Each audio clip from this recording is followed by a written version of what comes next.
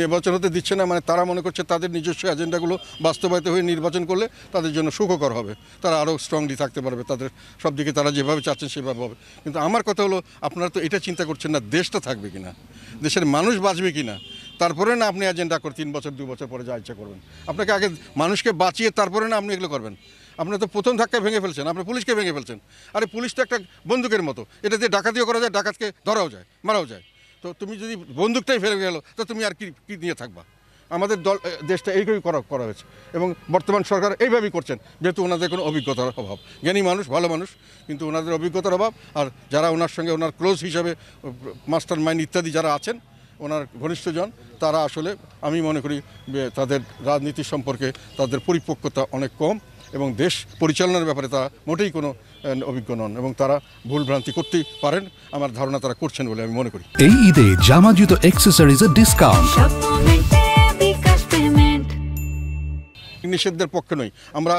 আওয়ামী লীগ একটি দলের ভিতরে যারা বাস করছে বা তারা খারাপ হতে পারে। আওয়ামী লীগ একটা গাড়ি, তার ড্রাইভার খারাপ হতে পারে, গাড়িটা তো খারাপ না।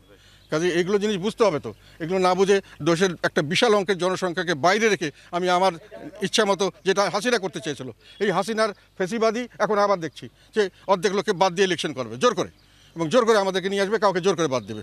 এনারা এখন জোর করে আমাদের বাদ দিয়ে জোর করে ইলেকশন করবে।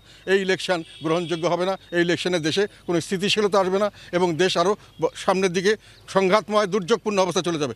বাংলাদেশ একটা খুব দুর্যোগময় পরিস্থিতি পার করছে এবং আরও ভয়াবহ দুর্যোগের দিকে ধাবিত হচ্ছে বলে আমি আশঙ্কা করছি। আইন শৃঙ্খলা টোটালি ভেঙে পড়েছে। বাংলাদেশের ইতিহাসে, স্মরণকালের ইতিহাসে এত খারাপ পরিস্থিতি কোনো আইন শৃঙ্খলার কোনো সময় ছিল না। সেই অবস্থা থেকে যেটা স্বাভাবিকভাবে যেটা আসে সেটা হলো আইন শৃঙ্খলার পরিস্থিতি খারাপ হলে সামাজিক অস্থিরতা হয়, ব্যবসা বাণিজ্যে মন্দা হয় এবং বেকার সমস্যা বাড়তে থাকে। কিন্তু প্রথম ধাক্কায় পুলিশ বাহিনীকে সম্পূর্ণ ভেঙে দেওয়া হয়েছে। আওয়ামী লীগের সময় অনেক প্রতিষ্ঠানকে ধ্বংস করা হয়েছিল না, ধ্বংস করা হয়নি, শক্তিশালী ছিল প্রতিষ্ঠানগুলি, অপব্যবহার করা হয়েছে। এখানে কিন্তু অপব্যবহার সমানভাবে চলছে।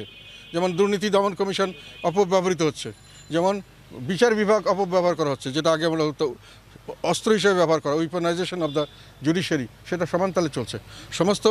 আর কতগুলি প্রতিষ্ঠানকে শুধু অপব্যবহার না, সম্পূর্ণ ধ্বংস করে দেওয়া হচ্ছে, যেটাকে নতুনভাবে সাজাতে আমি মনে করি খুব সহজসাধ্য হবে না। যেমন পুলিশ বিভাগ সম্পূর্ণ এখন ড্যামেজড। এটা কাজেই আমাদের আইন শৃঙ্খলার উন্নতি হওয়ার কোনো সম্ভাবনা আমি এই মুহূর্তে দেখছি না। সেই জন্যই বলছি যে আবার যখন বেকার সমস্যা বাড়বে তখন আইন শৃঙ্খলা আরও খারাপ হবে যদি এটাকে দমন করতে না পারেন।